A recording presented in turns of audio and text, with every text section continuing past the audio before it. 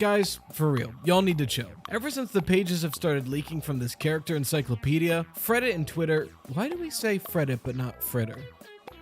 God, I want to fritter right now. Reddit and Fritter has been enraged on all the terrible inaccuracies in this book and how we can't use this book because it's so wildly inconsistent and just not useful at all. I'm sorry, but that's not the case. Look, Slices, put on your aprons, because we're going to go through every single inconsistency I can find in this book, but then we'll talk about the really juicy details and lore that we actually get from reading it, things that it does confirm and hints that it gives us. And I think this book can actually be a super useful refresher and a starting point for a lot of people just getting into the lore in 2023, which is not an easy task. First, let's gather our ingredients. Now, I did go through this book and find every single error that I could, and I went online to make sure that I didn't miss anything.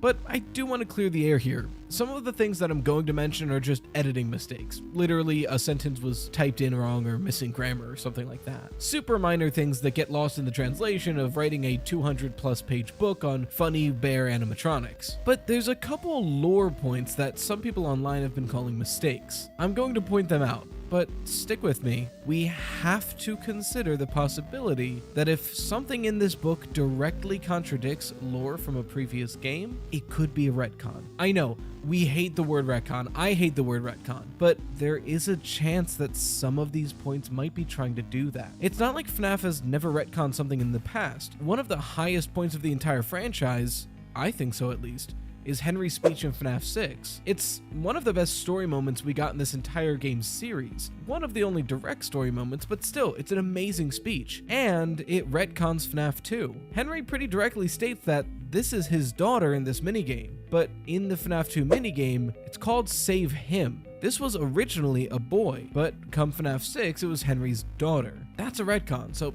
just keep it in the back of your mind that some of these lore mistakes could be purposeful retcons. It's something to consider at least. First error / retcon is actually on page 2. Well, that's what people have been saying, but I think there's a misreading here. The last location on the opening section reads, "Finally, there's the bedroom, where a child is haunted by terrible memories of a visit to Freddy Fazbear's Pizza in Five Nights at Freddy's 4. A lot of people have come out to say that this is inaccurate, because the crying child has terrible memories of Fredbear's Family Diner. That, and it's likely that in FNAF 4 we're playing as Michael Afton, not the crying child. I'll get to that second point later on, but I want to point out that if we're assuming the crying child is the player in FNAF 4, the nightmares would be of Freddy Fazbear's Pizza. Foxy, Bonnie, and Chica, as far as we know, are not at Fredbear's Family Diner. If the nightmares were solely based around Fredbear's Family Diner, we would only be being chased by a Nightmare Fredbear and a Nightmare Spring Bonnie, something that doesn't exist. Moving on, it seems that Golden Freddy appearing in Sister Location could be an error.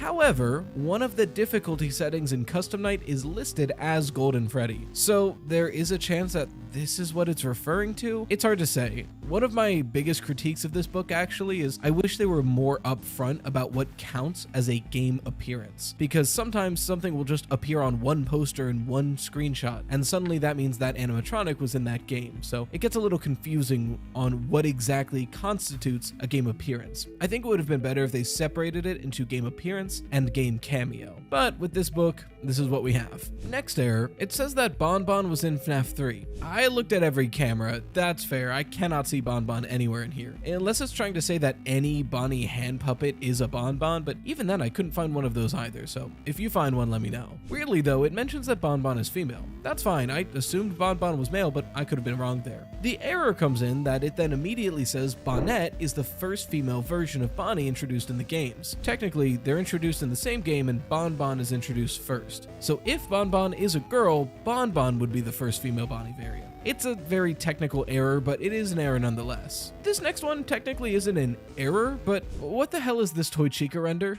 This is terrifying. The beak is the wrong color and the teeth just look wrong. I don't know. Something went wrong here, and frankly, it's more terrifying than any render I've ever seen of Toy Chica. This next one is an editing error, and it's wrong, but it's funny. I'm just gonna read this out entirely. On Phantom Foxy's page, we have, he's in a worse state than Withered Foxy, as his hook hand has gone astray. and in FNAF 3, his hook hand has gone astray. So don't get too excited or anything, it's not some huge confirmation or retcon, but I think his hook hand has gone astray. It's hard to tell, but definitely in FNAF 3, Phantom Foxy's hook hand has gone astray. This next one's an odd one. On Endo01's page, one of the 3 photos they use is actually of Endo02, which is even weirder considering the very next page is all about Endo02, so they could have just saved it for that one. Now, this is a big one that I've seen a lot of people mention. The book only ever refers to Mangle as he. Now, there's been a... Now, so far in the franchise, Mangle has always been referred to with he and she pronouns, pretty much switching it up every time they've been mentioned. However, it is important to note 2 things.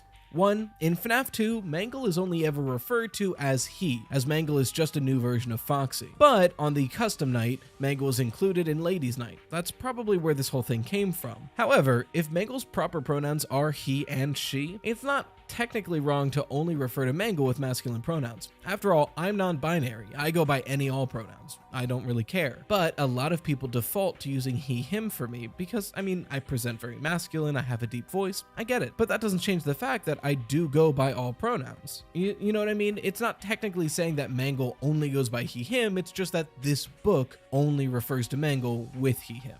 This next one's a bit of an editing fix. On Old Man Consequences page, it does mention that he's in FNAF World, but under game appearances, it only lists him under Ultimate Custom Night. This is a weird one, definitely put it in there, but it could also be a side effect by the fact that none of the FNAF World only characters have their own page here. Frankly, the book really doesn't delve that much into FNAF World. Granted, I understand there's a lot of really weird one-off characters that would fill this book up like crazy, but like, there's like 40 pages of FNAF AR skins. We could swap those with FNAF World and be way better for it. I'm just saying. Regardless, it should mention FNAF World in the Old Man Consequences game appearances. Alright, this is a big one.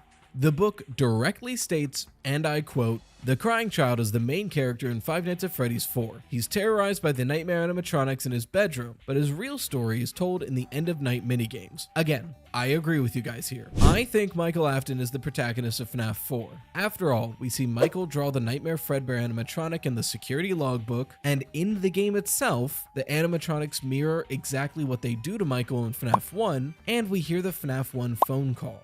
I'll admit, I don't have a good answer here. Either this is a pretty big mistake, or very possibly, this might be a very big retcon. It's hard to tell, don't take my word as gospel, but it's one of those 2 things. Or we've been theorizing about FNAF 4 completely wrong, because to be fair, we don't have a lot of confirmations in this game, so the word retcon is kind of strong. This next one isn't necessarily an error, but it's more of a nitpick. For Charlotte Emily's page, they exclusively use pictures of Charlotte Emily from the books, but the text nearly exclusively is talking about Charlotte from the games. So really, we should have gotten some new art like we did for the crying child, talking about Charlotte Emily from the games. More of a nitpick, less of an error. Although I've been noticing people mention this last sentence in the Charlotte Emily section as an error. Quote, "An alternate version of Charlotte, who survived childhood, appears in the novels." I've seen a lot of people mad at this because, spoilers, Charlotte still dies in the novels. Henry Emily then creates several differently aged Charlotte Emily robots so he can simulate her growing up throughout the years. So the line is wrong to say she survived, but I think this is another misread. I don't think this line is wrong. I think it's just being misinterpreted. Read it again. "An alternate version of Charlotte, who survived childhood, appears in the novels." This isn't saying that in the novels, Charlotte survived childhood.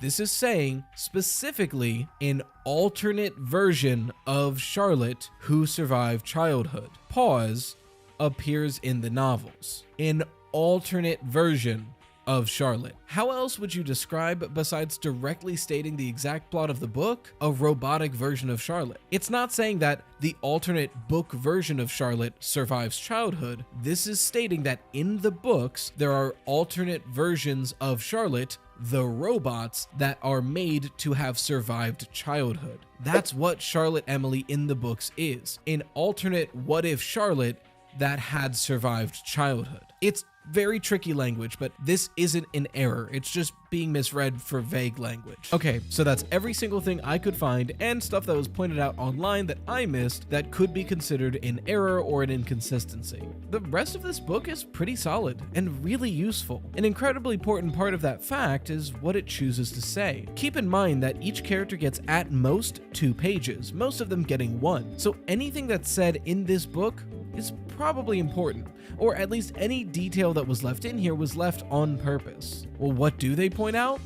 Well, on Shadow Freddy's page, it said, will he turn out to be a crucial character in the ongoing mythology of Five Nights at Freddy's? Maybe, maybe not. Time will tell. This is like the only time in the entire book that there's time taken out of a character's page to say, is this person important? Maybe, wink. So this makes me feel like Shadow Freddy is going to be important, possibly soon. After all, RXQ got a leading role in FNAF AR recently, and Shadow Freddy was kind of left out of that. So we have room for Shadow Freddy in any upcoming projects for FNAF. Speaking of RXQ, the page for it states that it's rumored to be made out of Dark Remnant. Now, it says it's rumored, so this isn't a confirmation, but it is a confirmation that Dark Remnant exists in the games, which would conceivably be an equivalent from Agony in the books. The next thing mentioned is actually something that gets pointed out to me a lot in the comments and recently on the Rytos subreddit. That being that Phantom Chica in FNAF 3 is specifically the FNAF 1 model of Chica. Now, Phantom Foxy and Phantom Freddy are the FNAF 2 models, but Phantom Chica is FNAF 1, and it's specifically pointed out, which turns this detail from like a fun Easter egg that maybe Scott lost the model from FNAF 2 and had to use the FNAF 1 model, and suddenly makes it, hey,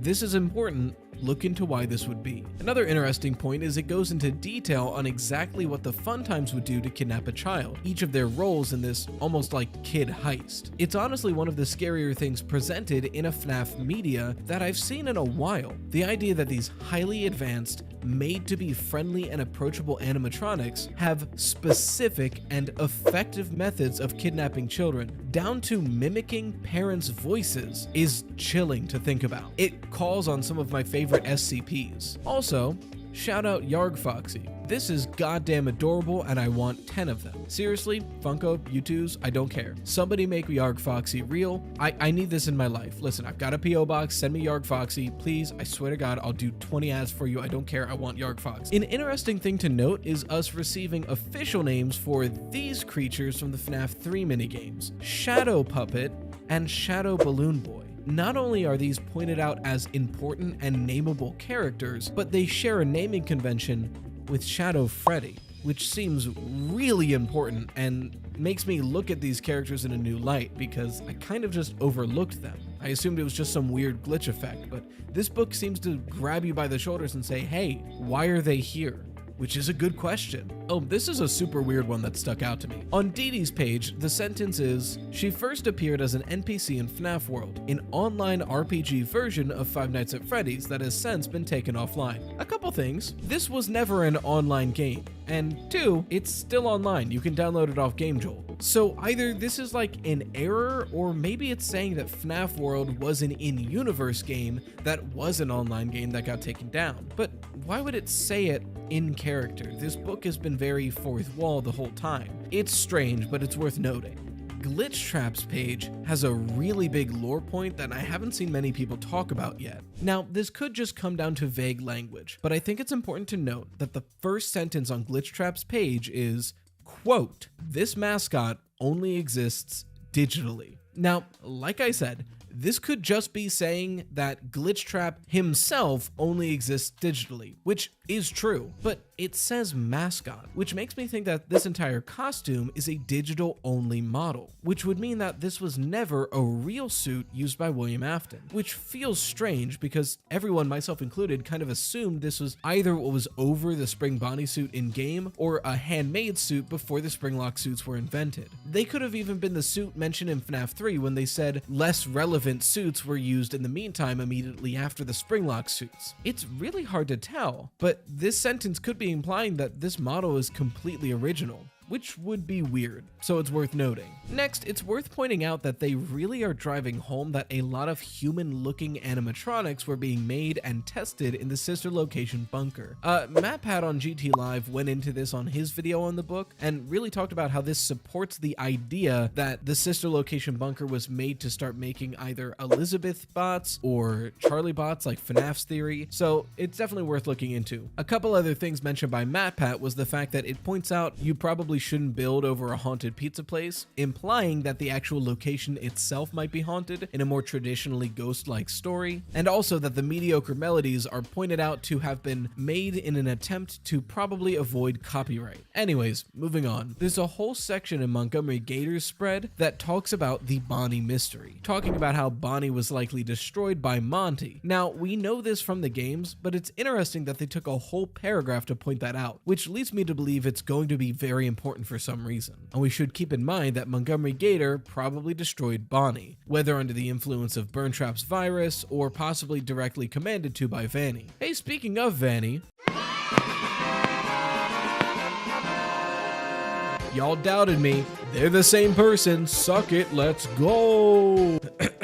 Anyway, I also noticed it was important that on William Afton's page, it mentions that the dialogue at the beginning of Sister Location is between Willie and a member of the Fazbear Entertainment board, which is really nice that we have confirmation on who William Afton is speaking to in that cutscene. Sticking with Afton, let's move on to Burntrap and the Blob. First off, it mentions that these are not the canon names for them, which honestly, thank goodness, I'm so tired of blank trap, and the Blob isn't that good of a name. I preferred my original name, The Amalgam, and I might stick with that. Although if William Afton took control of it, I'll probably go with just BKZ's suggestion of Billy Blob. Regardless, also important on Burntrap's page, it mentions that, quote, the spring Bonnie suit has by this time become even more tattered and degraded. So it feels pretty solid as to deconfirm that Glamrock Bonnie's exoskeleton was used to repair Burntrap. It seems to be stating that Burntrap is still just the spring Bonnie suit, which then leads me to the question, why did they axe Bonnie? Now we don't really have a reason for it. On the Crying Child's page, it specifies that idea again,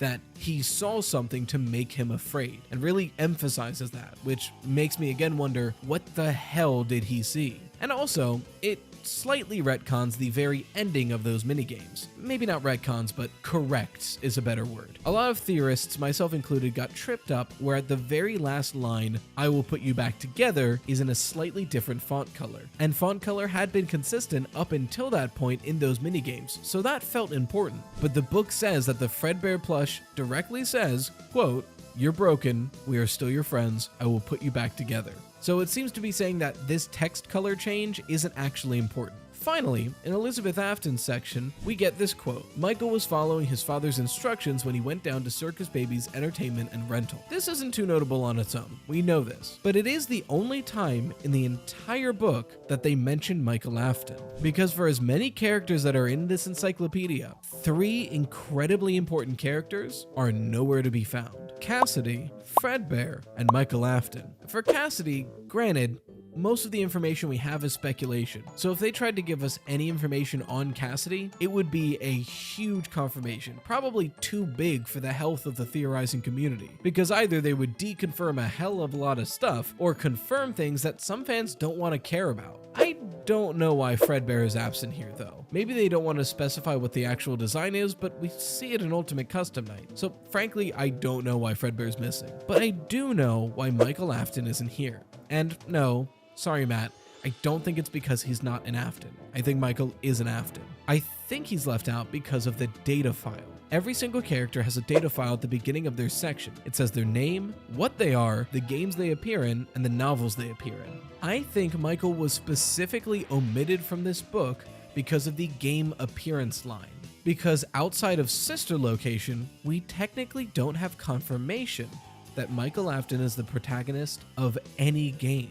So any game they list him being the protagonist of would be a massive confirmation or deconfirmation. It would shake up the entire theorizing landscape permanently. And I don't know if Scott wanted such a massive lore dump to be in this book, especially as a footnote. That feels so important that that might need to come from the games itself. Really, it's a damned if they do, damned if they don't kind of situation. If they don't include Michael Afton, it's like making a Mario encyclopedia and not including Mario. But if they do include Michael Afton, it changes everything permanently. So they probably just erred on the side of caution and left him out, which I respect. All in all, this book is useful. Not only is it useful, but it gives us some pretty big confirmations, and it also gives us some hints on where to look that I know I'm going to be looking into. Things like, what did Gregory do before security breach? Wait, hear me out. I love FNAF, okay? But when I look back on the franchise, one game in particular sticks out to me in a way that I don't like. I mean, come on, I can go back and play pretty much any game in this franchise and get something out of it. FNAF 1 has some classic nostalgia and some of the best fear factor in the series. FNAF 3 is a really satisfying series of mini-games to complete. FNAF 4 has some of the most interesting gameplay and sound design of the entire franchise. Sister Location has a good story. FNAF 6 has some interesting mechanics. FNAF World's fun. FNAF AR is at least dumb fun, and low-key has some of the best jump scares in the series.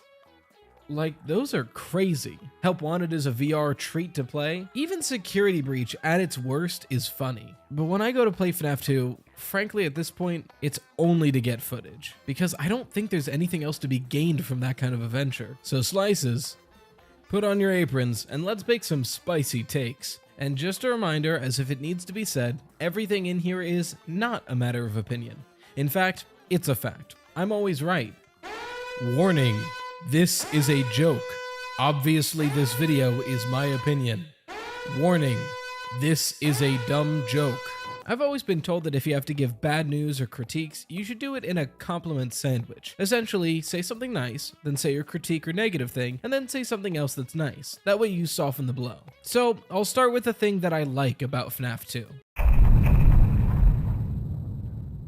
FNAF 1 was great in a lot of ways, but one of the things that really hooked people, myself included, were the little hints of lore we got throughout playing the game. Newspaper clippings here and there, hints to why these animatronics were actually attacking us in the first place, tidbits of a deeper story, just enough to get us intrigued. And then when FNAF 2 came around, Scott realized he should double down, and double and triple down he did. We got bombshells of lore in this game, still deep and mysterious, but just as interesting. Foxy Go Go Go showed us the result of what would likely be the missing child incident, 5 dead children at a location with a Pirate's Cove, a location we currently weren't in, as well as a culprit, this purple guy. We're also introduced to the puppet in this mysterious minigame, Give Cake to the Children, where we see a child get killed outside of a pizzeria. We've never heard anything about this before, but it ends with the puppet jump scare. Even more confusing, we get Save Them, showing us that children were killed at this establishment too. And finally, Give Gifts, Give Life, something that leads us to the idea that the puppet is the one giving life to these animatronics. But what's going on here? What's behind the curtain? These minigames were perfect to give us just a little bit more lore on this series without giving too much away. And the fact that they would randomly show up upon deaths made them even more so just little morsels of story that we craved. I remember when I first played this game begging that I would get one of these minigames every time I died. It was just perfect. Also, I'm not sure if it counts as a minigame, but the little in-between night cutscenes that are controllable where you see the FNAF 1 location from the eyes of Freddy, these are great too. It's a perfect moment of quiet with just scary ambient noise in the background, looking around these creepy location as things change between nights and get more and more intense. It's a great moment of horror, a nice quiet, scary part. Alright, that's our compliment topper. Now let's get into the filling. One of the biggest fear factors in a FNAF game is the ambiance. The real trick of FNAF is taking things that on the surface aren't scary, but in the right lighting and with the right setting, they become frightening. Make them stare too long, bring in that uncanny valley. Take Lefty from FNAF 6 for example. This guy is not scary. Like, maybe he's a little off-putting, but by all accounts, this is just a mascot. You see him on the character select menu and he's just kind of there. But then you meet him in the salvage minigame, and you see and hear this. It is your job to complete the maintenance checklist before claiming it as salvage. Or, if you choose to, you can throw it back into the alley where you found it and forfeit payment.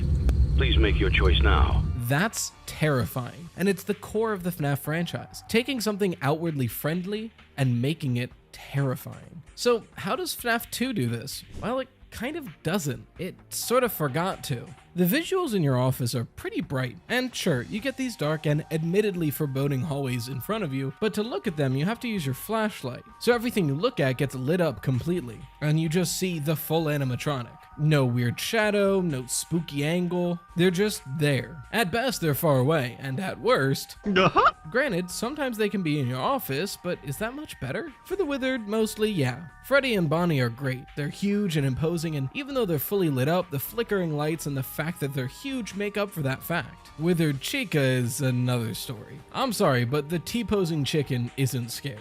And it's really not the model itself that's mostly the issue, it's how it's used. Look at Ultimate Custom Night's Withered Chica. This looks great. Well, bye. It honestly saves the design for me. For a game as not scary as Ultimate Custom Night, this is good horror. This, on the other hand, is a default Gary's Mod rig. Okay, fine, but what about the sound? Sound is like FNAF's best feature. FNAF 1 had such a creepy ambiance and the breathing behind your monitor. FNAF 4 had such a compelling soundscape to it. Surely FNAF 2 fares well, right? Well, there's this sound, and it's pretty good, but what is it? An echo or something? I'm not sure. Well, at least we have silence. At least it's a quiet noise. All right, we gotta talk about this. God, this game feels bad to play. Okay, let's be really honest with each other. The challenge from FNAF comes from learning the pattern you have to do in order to survive. Granted, that's a lot of games, but it's really apparent in Five Nights at Freddy's. FNAF 1 is check Foxy, stall Freddy, check your doors, move on. FNAF 3, put Willy in the corner, keep him there. FNAF 4, check your doors, check Foxy, check bed. So on and so forth. You figure out what you have to do, and you do it to the best of your ability, adjusting for your environment. FNAF 2 must have a really complex one then, right? I mean, there's 10 animatronics. Surely there's a lot of things you need to balance to survive.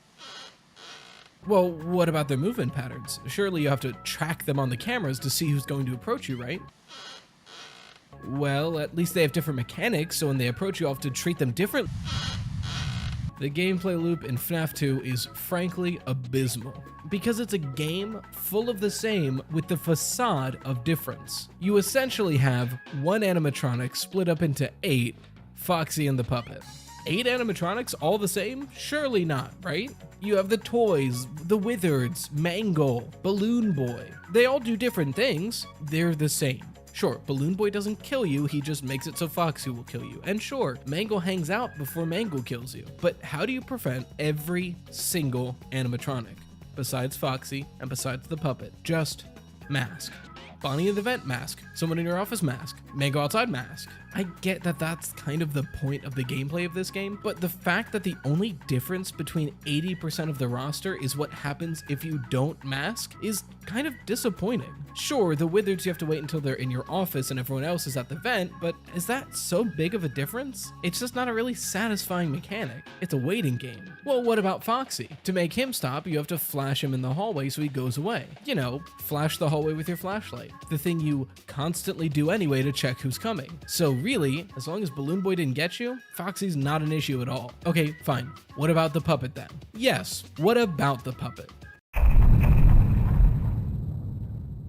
I'm not the first to say this, and I won't be the last. Hell, Theft King said it recently, Phil Morg made a whole game out of it, but the puppet and the music box in FNAF 2 sucks. It simultaneously causes and represents like most of the issues with FNAF 2. It's not interesting, and it's not difficult. It's tedious, and it's fast, which can sometimes feel difficult.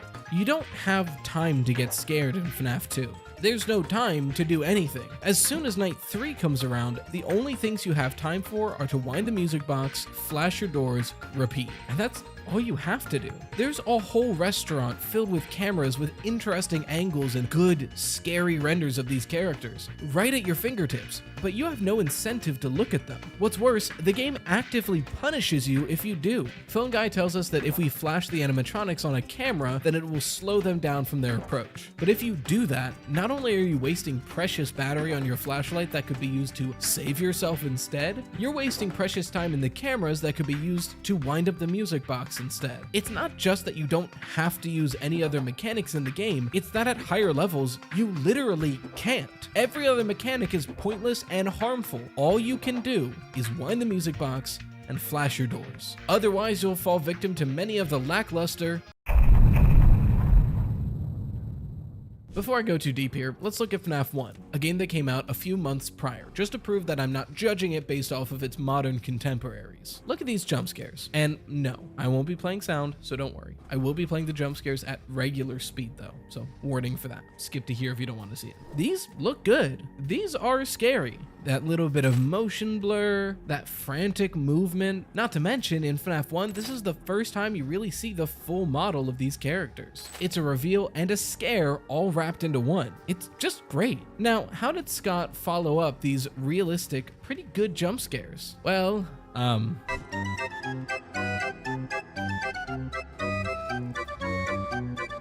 what the hell is this? Most of these are just taking the PNG of the character and stretching it at the corner. And when it isn't something like that, it's a sliding in, chopping animation cycle. Look, I'm not saying every animatronic needs to be fully animated and articulated to be scary, but like, you gotta try a little bit harder, right? And it's not even like he didn't have the processing power or know how to do this. FNAF 1 does it way better. And FNAF 3, while having worse jump scares, at least has more articulated animatronics in Springtrap. Even worse, the whole point of a jump scare is it's the punch to release your tension. You build up this horror and tension builds and then finally, jump scare, release. But in FNAF 2, because the gameplay is so frantic, you never even build up that tension. So it's just gameplay, jump scare. And there is no time to build up anything. And not only is there no time to build tension, but every jump scare you get is expected because you see the character before you get jump scared. Sure, if you're really playing badly, it might come out of nowhere, but the whole point of FNAF 1 jump scares is they'll catch you off guard. FNAF 2, you see the character before they jump scare you. Frankly, half the time, pulling down the monitor and seeing somebody in your office is scarier than the jump scare itself. But even in a game like FNAF 6, which also admittedly has some pretty lame jump scares, it could be made up for with the models that are jump scaring you. So what are FNAF 2's models? The toys don't work. I'm sorry. I get the point. I know what they're going for, but it just isn't scary. Toy Freddy is too jolly. Even when his eyes go black and he's standing in front of you all twitching, it doesn't work. Toy Bonnie is too silly, and Toy Chica removing her beak is pretty good, I'll give them that, but the rest of her just doesn't work. This is the perfect time to bring up that at certain angles you see them on in the cameras, they work. This shot of Toy Bonnie is creepy, I appreciate that, but we don't get to see that during gameplay, because why would you use the cameras? You're wasting time, go wind the music box. What about Mangle? Conceptually, I love Mangle, and in the other games that they show up in, I love them there, especially in Help Wanted when they recreate FNAF 2 and you get to see Mangle slowly crawling towards you. But in FNAF 2, they're okay. They're kind of just there. Balloon Boy is a nothing burger. He just shows up. He's not scary, he doesn't even kill you, and he's just there. The marionette has a good mask design, but the body I feel is lackluster. I get it's supposed to be this minimalistic puppet, but it's just not enough. Well, what about the Withered animatronics? 50% of them are great. Withered Foxy is kind of lame, to be honest, in a way that I can't pinpoint. There's just this aura of not scary about him. Maybe it's his facial expression, I don't really know. This might be a me problem. Withered Chica is in a weird place too. Ultimate Custom Night makes really good use of her model and makes her scary, but maybe it's just the way the model is used in this game. Something about the T-posing chicken just isn't scary. Although I do have to admit, and to close the compliment sandwich, Withered Freddy and Withered Bonnie are some of the best models in the entire franchise. And conceptually and visually, Shadow Bonnie and RXQ look great. I have to admit it, this is good design. FNAF 2 is fundamentally not good. From the gameplay to the aesthetics to the sound design. It introduced some great lore and it gave us a couple good designs to look at, but outside of that, there's really nothing worthwhile here. But again, the lore introduced in this game is also noteworthy as well, especially with things like Shadow Freddy and Shadow Bonnie. The word non-canon is a dangerous one in the FNAF franchise. It can lead the fandom down rabbit holes of theories of which nightmares are real, is Phasgoo an actual substance, and it can shut down theories about entire games within the franchise. But something that doesn't really get touched on a lot is which animatronics actually existed at all. And I'm talking about within the FNAF franchise. So that's what we're gonna try to figure out today. Slices, put on your aprons, and let's bake ourselves a theory. Also, by the way, if I look sickly and sound sickly, this is day 4 of my, I don't know if YouTube allows me to say it, Schmovich-19 quarantine. I'm vaccinated, so we're all good, but I don't feel very good at all. Also, there will not be a cat in this video because cats can contract it as well, so they're not allowed in my little bunker. I need something to Yeah, okay. This feels okay. The format of this video is going to be a bit different because there's a lot of different characters to talk about and not all of them have the same situation. So we're pretty much just going to go chronologically through the games and talk about individual characters as they come up. I would start with FNAF 1, but there isn't really much to talk about here. Nothing really fits the bill for non-existent characters. Granted, Golden Freddy is here and he might be a hallucination or a ghost or something, but the animatronic is Fredbear. Like, we know him. He's right there. However, we start running into trouble in the very next game, FNAF 2. As some of you may know, I have some strong opinions about this game, but one of the more confusing aspects of it deals with a small child animatronic that wears a pinstripe suit and can't kill you. What? No, not Balloon Boy. JJ. Yeah, remember JJ? Because honestly, 80% of the time, I don't. She's a very rare Easter egg that can appear under your desk in the middle of FNAF 2 for no reason and goes away very quickly. Immediately, my gut was like, this is an Easter egg, it's just a hallucination, it's like when the poster changes, dismiss it. But then she appears again in FNAF World, rather prominently, and she appears in Ultimate Custom Night, with a name on the main screen. But if she is real, it begs the question, why? Why in the world would Fazbear Entertainment make a Balloon Boy and then make a purple one, call it JJ, and call it a day? And then never officially mention it in the actual Fazbear brand at all. Honestly, looking over the evidence, part of me wants to admit that JJ isn't canon, but I hesitate because of Ultimate Custom Night. I can excuse an incredibly rare Easter egg in a very early game in the franchise, and I can excuse FNAF World. After all, the coffee machine from Desolate Hope is a playable character. Being in FNAF World doesn't mean you are a canon character, but Ultimate Custom Night is a lot more connected to the actual FNAF storyline. Not in every way, Dear Diary, but in the roster. Every other character that you can summon in here has some connection to a real FNAF thing. Even Old Man Consequences, if you consider my theory that FNAF World is taking place simultaneously with Ultimate Custom Night. And if that's the case, why wouldn't JJ also be a real thing in the FNAF franchise? But here's the thing, I don't think JJ was ever a real animatronic. I think she was a toy. No, not those toys. Look, FNAF 4 shows us that the toy animatronics were based off of actual toy designs that existed long before the FNAF 2 location. Look, she's playing with a toy Chica. When redesigning the animatronics, they opted for these more child-friendly designs. That being said, if they had a toy version of Balloon Boy, I could totally see them having a female variant named JJ. It just makes sense to diversify the products you have to get more kids involved. And that way, if Jeremy Fitzgerald grew up with these toys, he would have the image of JJ primed in his mind, perfect for hallucinations. And Charlotte and Cassidy would also know about JJ when they create their own respective realms. So final verdict, we have no evidence stating that JJ was ever a canon real animatronic, but she very possibly was a real toy in the Fazbear franchise, and that toy is what spawned all of this imagery. What about other characters in FNAF 2? Well, the only other ones that jump to mind are Shadow Freddy and Shadow Bonnie. Pause. Are some of you mad that I said Shadow Bonnie and not RWQ? Well, read it and weep. The character encyclopedia on the RWQ page officially says, quote, also known as Shadow Bonnie. You can't make me say RWQ FSF ASXC anymore. I've done my time. I'm saying Shadow Bonnie.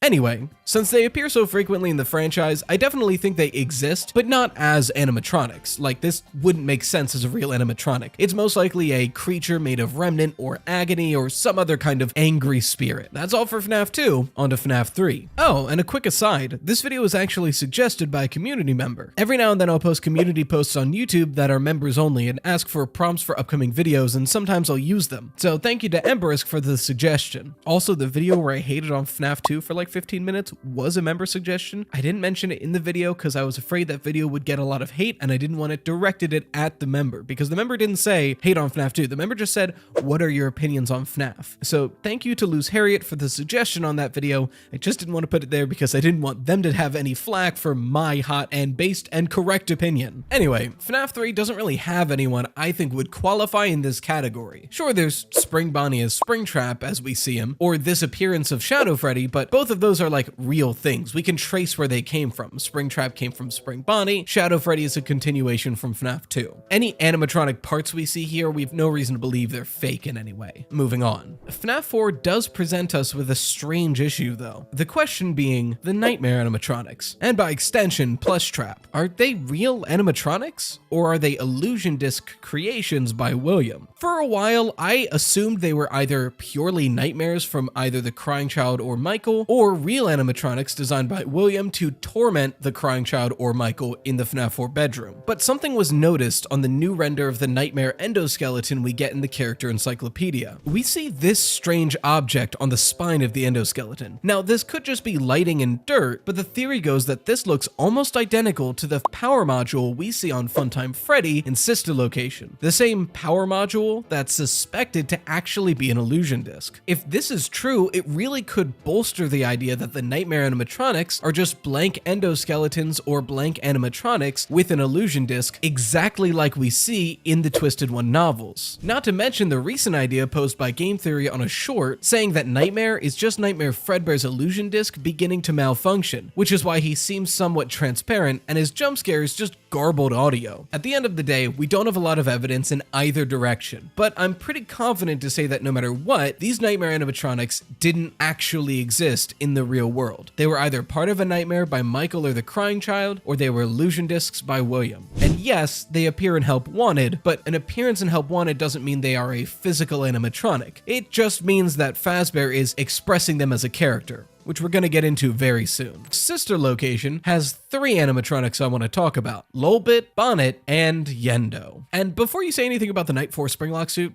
listen, it's a real Springlock suit.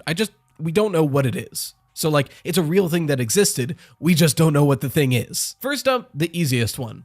Bonnet. Like, sure, you look at it and it's like, why would Bonnet be a real thing? But also, why wouldn't it be? Not to mention, Bonnet appears in Ultimate Custom Night and Help Wanted, and she even shows up on arcade machines in Security Breach. So I think she's definitely real. Most likely, Bonnet was able to be switched off with Bonbon depending on the type of party Funtime Freddy went to. After all, kids' birthday parties are often very themed around the gender of the child. So if it was going to a quote-unquote girly party, then Funtime Freddy could swap out Bonbon for Bonnet because it's more girly, quote unquote. Lolbit gets a little bit complicated. On one hand, Lolbit is definitely an established character in the Fazbear franchise. We see her in FNAF World, Help Wanted, and even on arcade machines in Security Breach. She is definitely a character that exists in the Fazbear franchise. That being said, I don't think her animatronic ever really existed. After all, the only time we ever see a physical model of Lolbit is within Help Wanted, a digital game. I'm inclined to say she never existed as an animatronic, but was planned to be. Looking at the way Circus Baby Pizza World was opened and shut, I could see more animatronics being planned to be created, Lolbit being one of them. But after the Elizabeth incident happened and the restaurant never opened, the plans were scrapped, but there was still media of Lolbit in existence. Lolbit could have existed in the branding, there could be toys of Lolbit, and that's why even though Circus Baby Pizza World never had Lolbit as an official animatronic and we never see an official model, we see them appear in Help Wanted, and we see them appear on TV screens in Security Breach's arcade machines. Now, the enigma. Yendo. What the hell even is this thing? I've seen people say Yendo is just an Easter egg and don't think about it, and I swear I've seen people say Yendo is the most important animatronic in Sister Location. I don't know what to think about Yendo. I tend to lean on him just being an Easter egg or bonus character to fill out the roster, mainly because he's never referenced again. He's not in Ultimate Custom Night, he's not on a Security Breach arcade machine, he's not even in FNAF World, and L-Chip appears twice in FNAF World. He functions as Sister Location's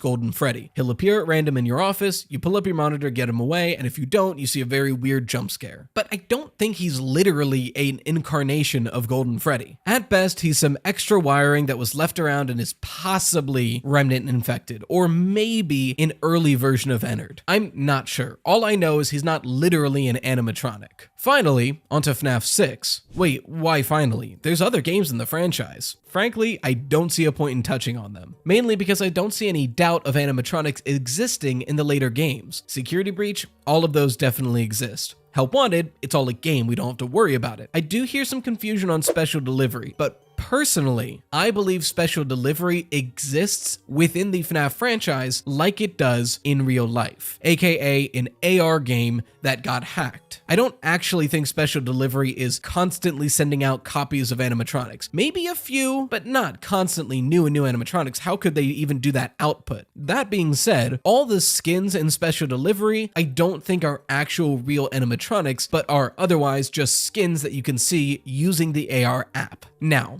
FNAF 6. Who in FNAF 6 could possibly not be real? First off, technically speaking, you could argue that all of the non-aggressive animatronics you can buy within the game are not official Fazbear animatronics. After all, most of them are made by Henry. But that's not to say they never existed. The animatronic I think never existed in FNAF 6 is Molten Freddy.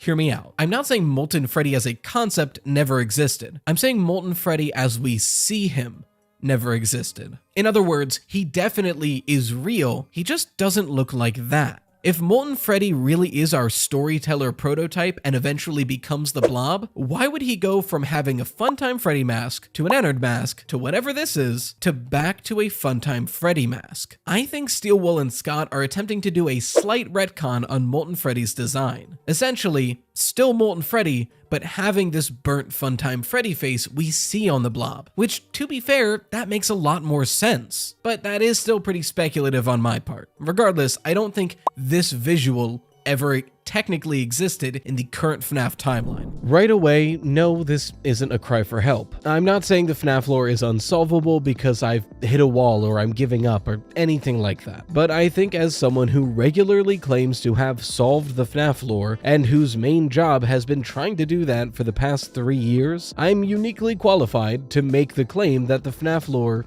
is indeed unsolvable. But like I mentioned in this title, that's not a slash at the quality of the FNAF lore. This isn't a dig at Five Nights at Freddy's at all. Far from it, actually, because I believe the unsolvability of the lore is one of its biggest strengths. So Slices, put on your aprons and let's bake ourselves a theory. Also, I'm gonna try to mellow out this episode. Let me know if you prefer this style or the more energetic hyper style that I kind of leaned into. First things first, we have to narrow down the difference between lore and story, because they are two different things. At least I'll be using them in two very different ways throughout this video. Every game has a story. Yes, every single one, through the creation of them, even all the way back to Pong. Pong, this game, has a story intrinsically in the gameplay. It's a competitive game. The story of the game is you are trying to beat someone else, and whoever has the most points by the end of the game is the winner. The story of Pong is that of competition with a winner and a loser.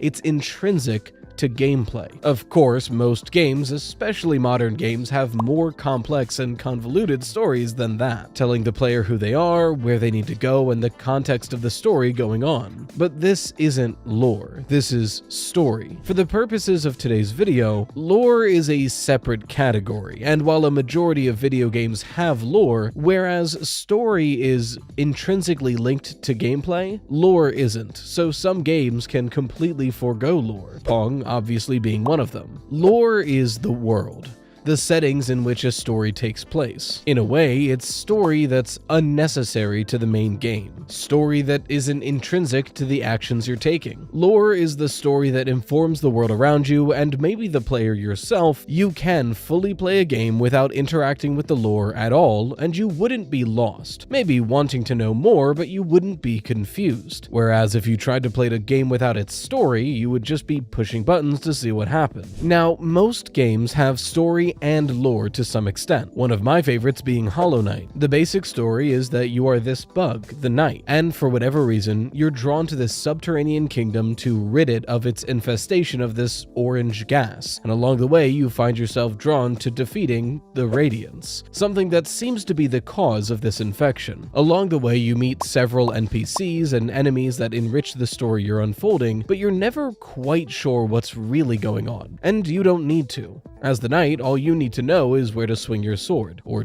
nail. However, Hollow Knight does have a very deep and storied lore to it, something that is honestly hard to find in-game and easy to miss. Honestly, I highly recommend watching YouTube channels like Mossbag to learn more about the Hollow Knight lore, but it's lore that you can fully enjoy the game without ever knowing, whereas the story you just find out by playing the game. Typically, when a video game has a story and lore, there's two main categories that it tends to fall into. Either the story will be very complex and intricate, and the lore will be sort of bare bones just to cover the world building, or the story and lore will be similarly complex and convoluted. An example of the former is Celeste, one of my favorite platformers. The lore of Celeste is fairly bare bones. It is primarily just the mountain Celeste, something that many climbers have tried and many climbers have failed. And that's all that there needs to be, because the real story and depth of Celeste is in its characters, the ones you play as and the ones you meet, all of them having interesting and fleshed out character arcs that develop over the course of the game. You, the player character, have an intense and dramatic character arc throughout the entire ascent that feels amazing to play through. It's a beautiful game with a beautiful story and just enough lore to make the world building make sense. The other category of games can be seen very clearly in something like Skyrim. The story of Skyrim is complex and vast. There are hundreds of quests that you can do that form and break relationships, all while attaining one key goal in the back of your mind. It's an insanely long and diverse game to complete, but equally, if not more complex than the story, is the lore of Skyrim, as part of the Elder Scrolls series. The world of Tamriel is vast and storied and historic and filled throughout various previous games in the franchise, but even just focusing on Skyrim, the world building here is insane. The architecture, the people that you don't need to meet, the people you hear about. There is enough side literature that's just found lying around the game that Brian David Gilbert made an entire Unraveled video just talking about those books. None of them needed to be there. You're not really missing anything if you don't pick a single one up, but that is deep and complex lore. It's a game whose story and lore are equally vast. So why do I bring this up? That was a lot of not Five Nights at Freddy's. Well, I think one of the biggest strengths of Five Nights at Freddy's is that it fits into neither of these two major categories. Now, I'm not going to say that FNAF is the first game to ever do this, but I think they are genuinely a pioneer for focusing on just the lore and having the story be as bare bones as necessary to convey pieces of that lore. The story of FNAF 1 is incredibly basic. You are a night security guard at Freddy Fazbear's Pizza. You're told that the animatronics can get a little quirky at night, and you should protect yourself by keeping them out of the office. It's never intrinsically made clear if they're haunted or just malfunctioning, but you know if they get to you, you'll die. By the end of the game, you'll learn that your name is Mike Schmidt, and that's really all we get. And that's all you need to know to play that game. That's all the intrinsic story there is. It's reminiscent of older arcade games like Pac-Man, where sure, you're this guy, you eat pellets, and you eat ghosts. That's all you need to know,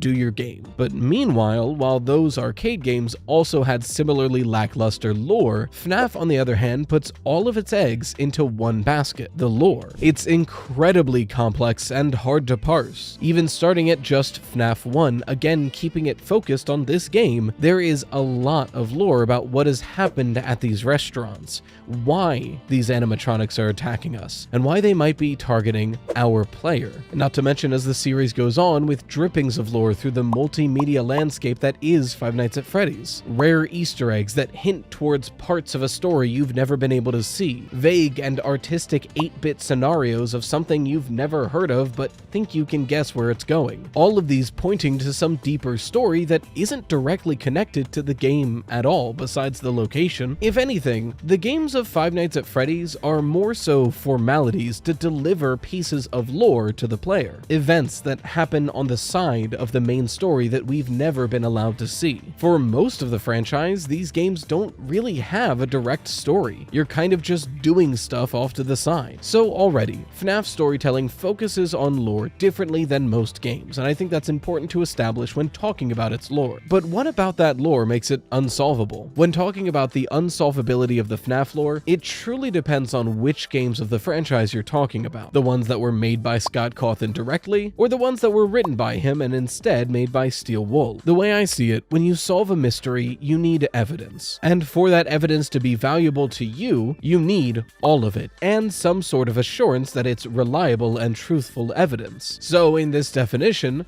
things can be unsolvable if you either don't have all the evidence, or the evidence you have is unreliable. The Scott Games era of FNAF leans into the unreliability. And I'm not even talking about Help Wanted yet. I know that that game introduced the idea that FNAF 1 through 6, at the least, are in-universe games, made by an unreliable narrator, Steve Snodgrass. Now, to be fair, Help Wanted establishes that those games are replicas of real-life events. But because they are creations, technically everything within them is unreliable. But putting that aside for a moment, the information in these early FNAF games was already unreliable. We never get direct names of characters, direct notes of what happens, security footage, anything like that at all. The closest we get is one-off first and last names throughout the series, pieces of subtext that is hidden in minigames, newspaper clippings that mention rumors of something happening but nothing directly, and as mentioned before, death minigames whose pixel art is ambiguous at best. Combine that with the multimedia nature of the lore and its several continuities. The vast, overwhelming majority of information we have on William Afton and Henry Emily, the two most important characters in this storyline, come from a series of books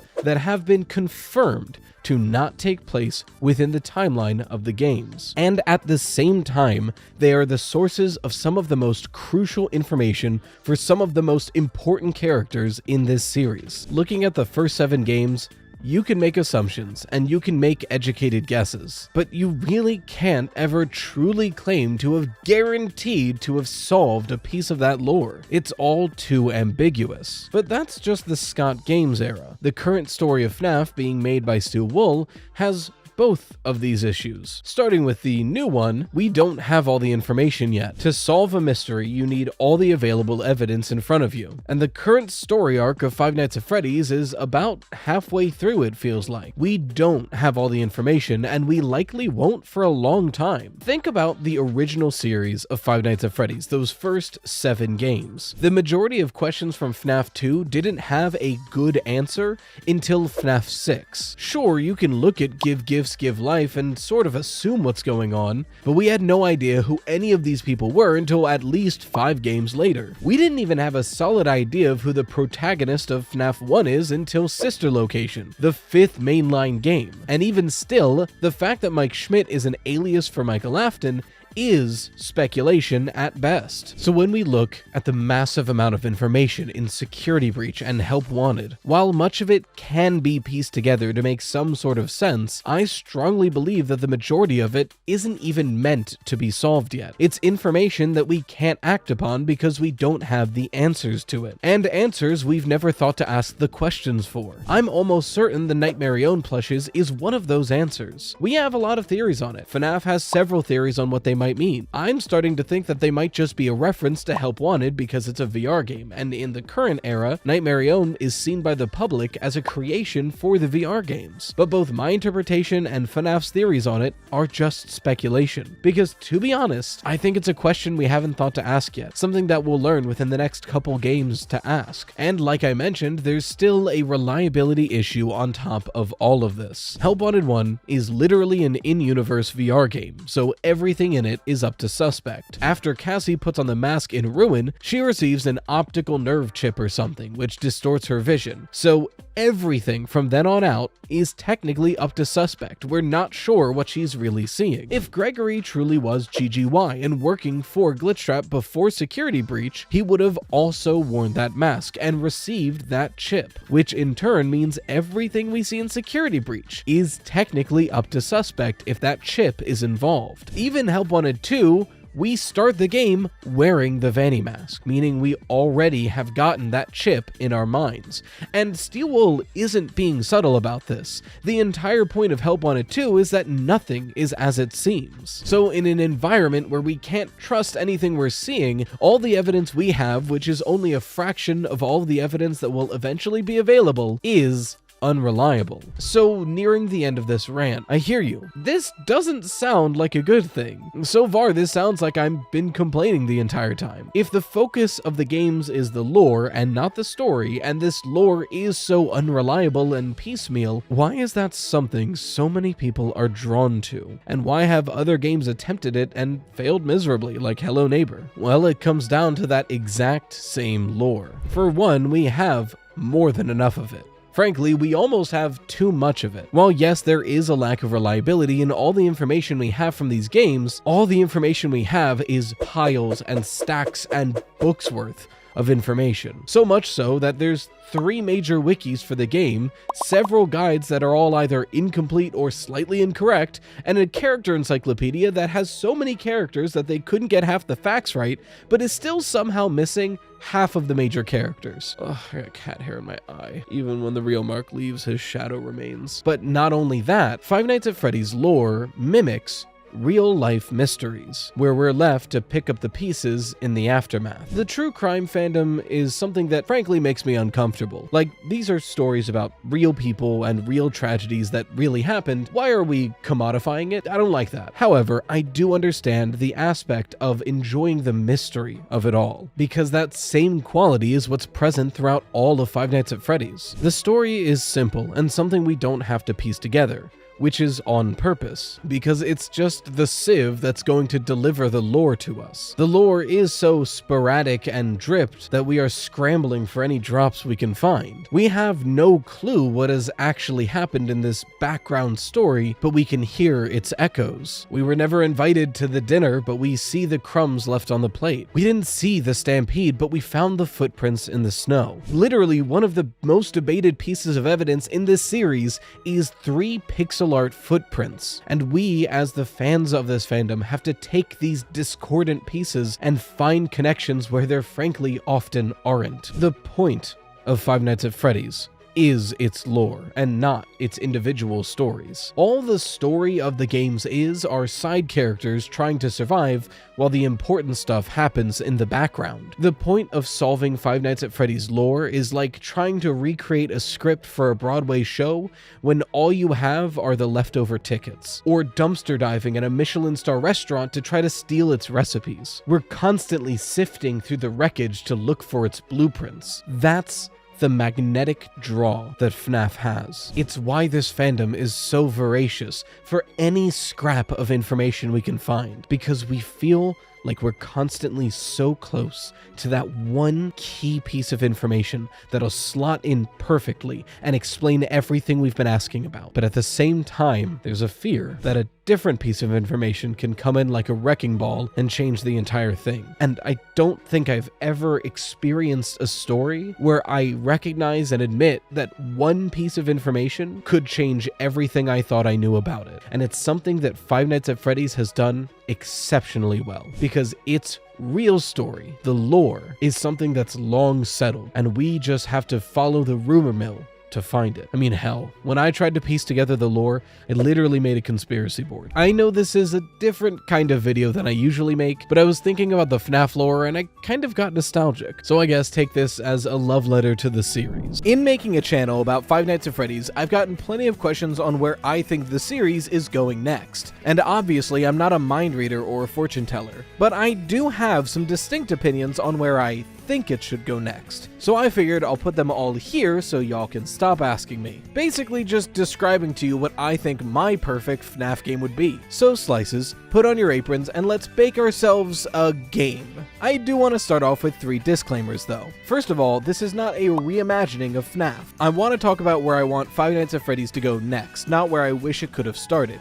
And besides, The Unwithered Truth already made an amazing video on that exact topic. You should watch it, by the way. I happen to be in it, and it's also just really good. Second disclaimer is I'm not a game developer. Obviously. I have my ideas on what would be fun gameplay, but I can't actually say confidently if the gameplay I'm suggesting would be fun or difficult or anything like that. So, as much as I like the gameplay I'm going to suggest, really the story is the main focus here, and the gameplay is just my idea that I had. And my third disclaimer, I'm not trying to say that what FNAF is doing is bad, and if they don't do my ideas, it will be bad. I'm not saying I objectively know the best thing for Five Nights at Freddy's. All I'm trying to get out there is my opinion on what would make the next FNAF game great, in the spirit of Five Nights at Freddy's, and continue its legacy without going too far in a completely different direction. So with all those disclaimers out of the way, when and where should this game take place? Well, I personally think the timing of the franchise between FNAF 6 and Help Wanted has a lot of interesting possibilities. We know that in Help Wanted, someone has bought up the Fazbear brand and is trying to revitalize it, and we know that after FNAF 6, it's officially bankrupt. So there is this in-between space where nobody owns the Fazbear brand. So in the meanwhile, there could be people trying to recreate the brand because no one's going to sue them,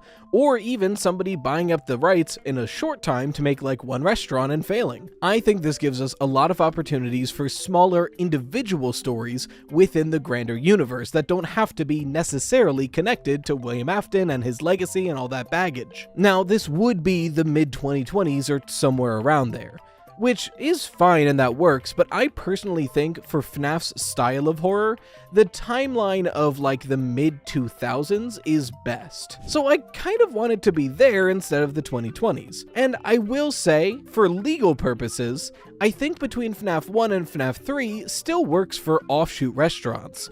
After all, if Fazbear Frights can legally operate, obviously nobody's like legally pursuing copyright protection for Fazbear at that moment. And FNAF 3 is probably somewhere in the 2010s, so anytime after FNAF 1 and around the time of FNAF 3 is probably fair game. So if I keep saying that it's a pop-up restaurant somewhere in this time period, who would the villain be? Well, I always thought that after the current story is over, for FNAF's health, they should pursue the idea of a copycat killer. Or in other words, people that were inspired about what happened at Fazbear's history, not necessarily people that are directly connected. The idea of some sick man who heard about the missing child incident and wants to do it again, not because he's possessed by the spirit of William Afton or mind controlled by a program, just because he's a sick guy, or maybe even someone in the pursuit of immortality. But I hear you, immortality isn't necessarily public knowledge. Well, technically, it is. If we are to go off of the Help Wanted suggestion, the games 1 through 7 are in-universe games, then technically Scott's greatest fear could come to life in-game. Scott has said in the past that he doesn't want to open any public locations of Freddy Fazbear's Pizza in the fear that some crazy person would go there and kill children. Well, if in-universe there were real Freddy Fazbear's Pizza, maybe something like that could happen. And since the games are in-universe, the idea of William Afton pursuing immortality is public knowledge. But even if we're going before those games, we know from Fazbear's Frights and from Help Wanted that when these locations closed down, the belongings were either left in the restaurants or some of them went up for public auction. So if any of these blueprints that had to do with immortality or Remnant ended up in somebody's hands, they might be able to piece together what William was trying to do and try to perfect it. Again, not because William Afton is possessing them, but just because they have this idea too, and they want to continue what William was trying to do. But no more details, because I don't want to spoil the fun. I thought the best way that I could showcase what I think FNAF could do moving forward is just kind of present to you my idea for a perfect Five Nights at Freddy's game. So let me introduce you to Showman's Slices. Night 1 begins, and we are the newest security guard for the Showman's Slices. Freddy's, in part, always seemed inspired by circus performances,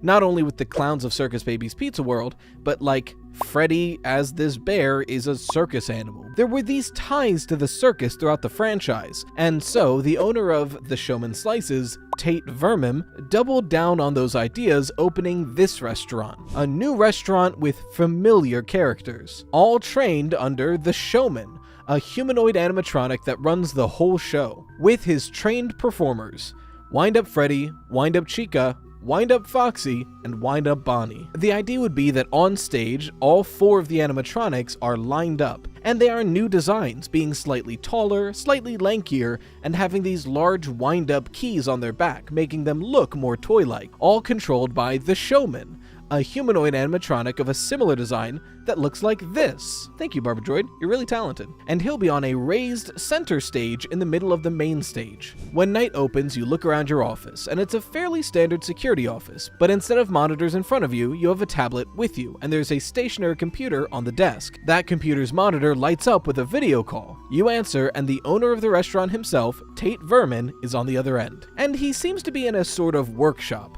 He says, "Hey there! Glad to have you back tonight.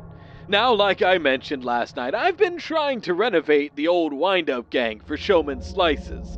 And I know it was weird to have Wind-Up Chica not in the dining hall stage, but lucky you, she's back and fully renovated. Now I know she doesn't look too much different, but the interiors, they've been improved. Made new again. That being said, I'm hard at work doing the same with Bonnie tonight, so I can't really keep an eye on Chica to make sure everything's going smoothly. So as you watch the restaurant, just make sure she keeps out of trouble. Can't have her getting messy in the kitchen. But do keep your distance. She's still as safe as ever, I assure you, but she is fast and strong. You wouldn't want to get between her and where she's going. Just remember, the spotlight should reset any of them to show mode for the night. It's something I added to each of my animatronics. You can turn on the spotlight with the control box backstage. I left it unlocked. I think I'd left it unlocked. If it's ever locked, just let me know. The key is usually in my workshop. Anyway, I'll leave you to it. I've got work to do myself. See you in the morning. Toodaloo! And then the Night 1 gameplay starts. As far as the gameplay goes, I wanted to aim for something that was fresh, but familiar to the core of the series. Modern FNAF is straying away from the camera-based gameplay of the original games, and while I think that is a smart move, I think they've deviated a bit too far. It feels completely disconnected. So much so that the camera sections of Security Breach and Ruin feel like a vestigial attachment that doesn't even really need to be there anymore. So I wanted to try to integrate camera gameplay, but not just make FNAF 1 again. So this game's core gameplay would see you trying to actually protect the animatronics from themselves in a way. In doing so, relying on their core programming, but staying out of sight as best as you can. We, the player, would have a tablet on our person at all times that has the full security camera footage, and we can use it to keep track of where animatronics are. But to help them, we need to go to their locations when they arrive. I think it would best be explained if I just go through the gameplay of Night 1. On Night 1, Bonnie is completely absent from the main stage, as Tate is working on him in the workshop. Meanwhile, Chica is activated. The other 3 animatronics, Freddy, Foxy, and the Showman, are all deactivated on the main stage. Chica is wandering around the restaurant, and if she, or for that matter, any animatronics spot you, you must break line of sight by running and hide under any of the locations you can hide in, similar to Into the Pit style gameplay, underneath tables, in ventilation shafts, and the like. But you do have to keep an eye on Chica, because eventually, at some point in the night, she will enter the kitchen and attempt to take a bath in the fryer. However, once she enters the kitchen, you have to turn on the floodlights inside of there with a light switch. This briefly dazes Chica, allowing you to run away. And once she gets dazed by this, she retreats to the main stage. As you heard in the phone call, anytime an animatronic retreats to the main stage, you can press their associated button on the control box to turn on their spotlight, which then reverts them into show mode. They begin performing a show and they are locked there for the rest of the night. Once all active animatronics are locked on their stage, you can end the night at any time. A button prompt will appear at the bottom, but you don't have to. And it's in this half of the night where you can go and try to attempt to find lore, doing puzzles to access secret and locked rooms and finding pieces of evidence. However, if she's in the kitchen for too long, she will take a dip in the fryer and deactivate, which if that happens, you get this call on your tablet. Hey, I just got a ping that Chica's electrical signal stopped. You do have eyes on her, right? Don't tell me.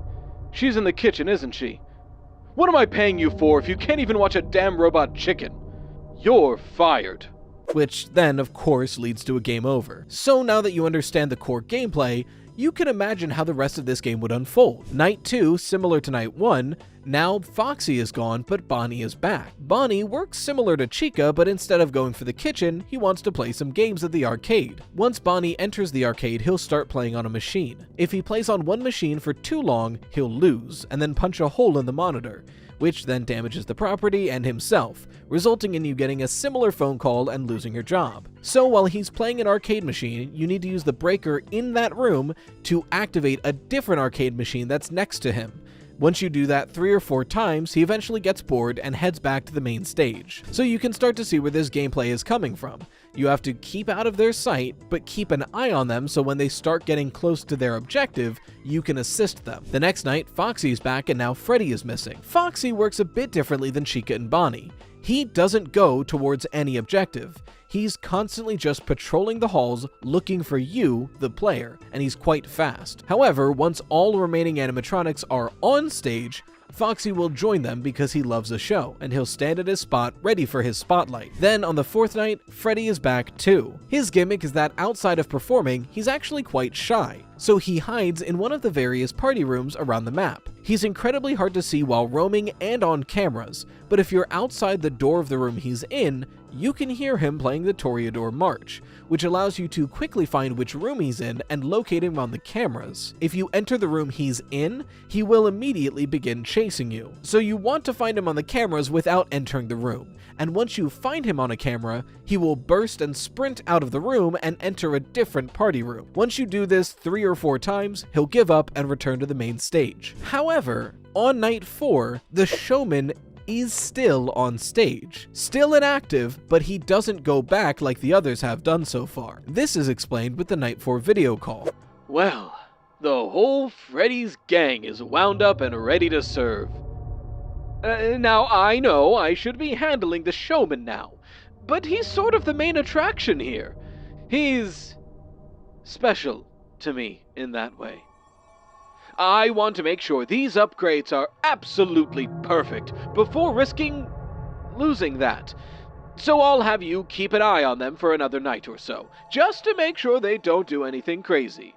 I do it myself, but I still have some preparations to make. Toodaloo. The same can then be said for night 5. Once again, all 5 animatronics are on stage, but the showman is still inactive, which you get this phone call for. Hello, friend. I know. Showman still isn't back yet. What's taking him so long? Listen, you have to look at the bigger picture here, Ted. In a performance, you need to make sure all of your actors are at peak condition. One loose cog and the whole machine breaks down. Maybe you don't understand, but I'm a performer at heart, damn it! The shows that these characters can provide, it's more than I've ever seen. It's more than can be believed, and I get to be a part of that here, like a dream come true. It's my dream come true. But do you ever get that feeling? Like you're on the edge of a cliff, looking at a jump you'll have to take, and you're not sure where the bottom is. All this to say, with Showman, I'm frightened to take the dive myself just yet. I just want to truly make sure everything is fine before I have Showman join the rest of them. I think I'll need you for one extra night. Forgive me, but you'll be compensated for overtime, I assure you. For tonight, just make sure my actors are at peak performance. Toodaloo. The gameplay of Night 5 is exactly the same as Night 4, but harder. The animatronics roam faster, and they need to do their objectives a couple more times than they did before. But once you beat Night 5, depending on how you've played the game, you get one of 2 endings. If you haven't collected enough pieces of lore, you get the normal ending, which ends right after Night 5, in which you get this newspaper article: 4 workers and store owner go missing. No leads. It details how tragedy struck at Showman's Slices. After not opening on Saturday, several people called to see if something was wrong. After no one responded from the restaurant for a few days, police investigated. And when they arrived, they found that Wind-Up Freddy, Wind-Up Bonnie, Wind-Up Chica, and Wind-Up Foxy were all performing on stage under a spotlight, but the showman animatronic was nowhere to be found. Likewise, the owner of the restaurant also went missing. Robbery was suspected, but there was no evidence of any wrongdoing. And the final line of the newspaper article would be your tip that there's another ending for the lore finders out there. Something along the lines of, "To all citizens of Deadwood, Oregon, if you find any information, please report it to the authorities.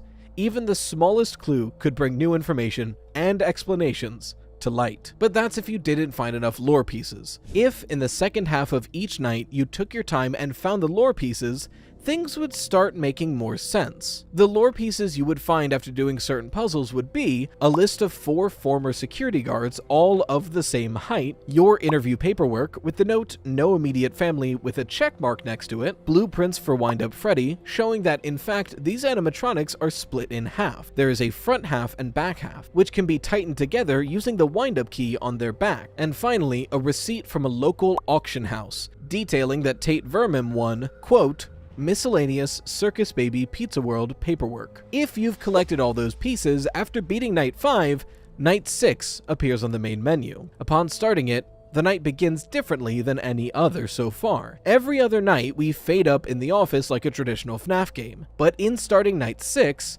we fade up outside the restaurant in the rain, opening the exterior door and entering the main dining hall. When we get in there, the lights are set for a show. All the room lights are dimmed, but all 5 spotlights are on. Tate Vermin himself is on stage in front of the showman animatronic, who's actually not on his podium. The animatronic is just in front of the raised stage. Looking around the room, all the dining room tables have been pushed aside to the walls, leaving one small table and a singular chair right in the middle of the floor, facing the stage, with a slice of cake and a party hat on the table. "Welcome, friend. Have a seat. I'm so glad you could make it to the show. The rest of the world knows how articulate and smart my actors are, but you, friend, you and I are special. We know something they don't we? We know they are more than just animatronic entertainment." "But I know more. I know more than you. They are more than you know." As he says this, Wind-Up Freddy breaks from formation and walks behind the showman animatronic and begins cranking the wind key, opening the front half of the animatronic away from the back half. "They are the first entrance to the new world. The first lights that will chase away the dark. The brave souls to go further than humanity could bring them." And to think some of them were screaming stop when I walked them down the path. But no matter. The small-minded need not know why they are chosen. They only need to follow when they are called. And that's why I've brought you here. They need someone to follow, someone to lead them. Oh, not you, dear boy, me. They need me. And I'm finally ready to join them. But if this is really to be my first night on the other side, why? That makes it my birthday!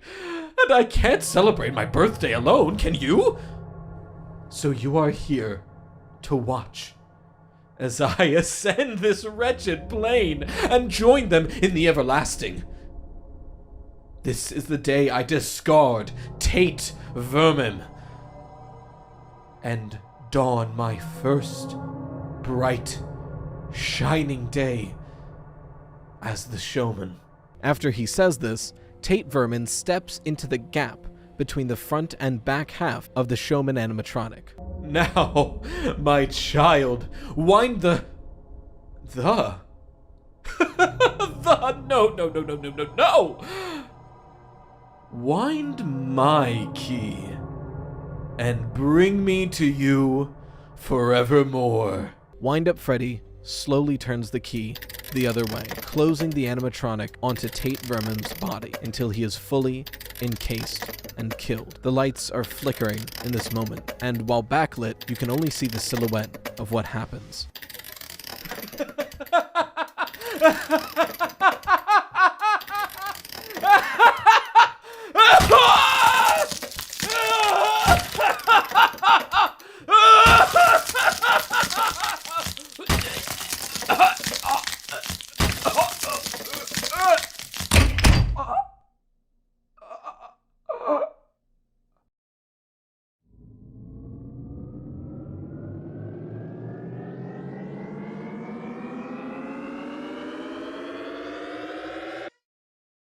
Thank you for witnessing my achievement, friend.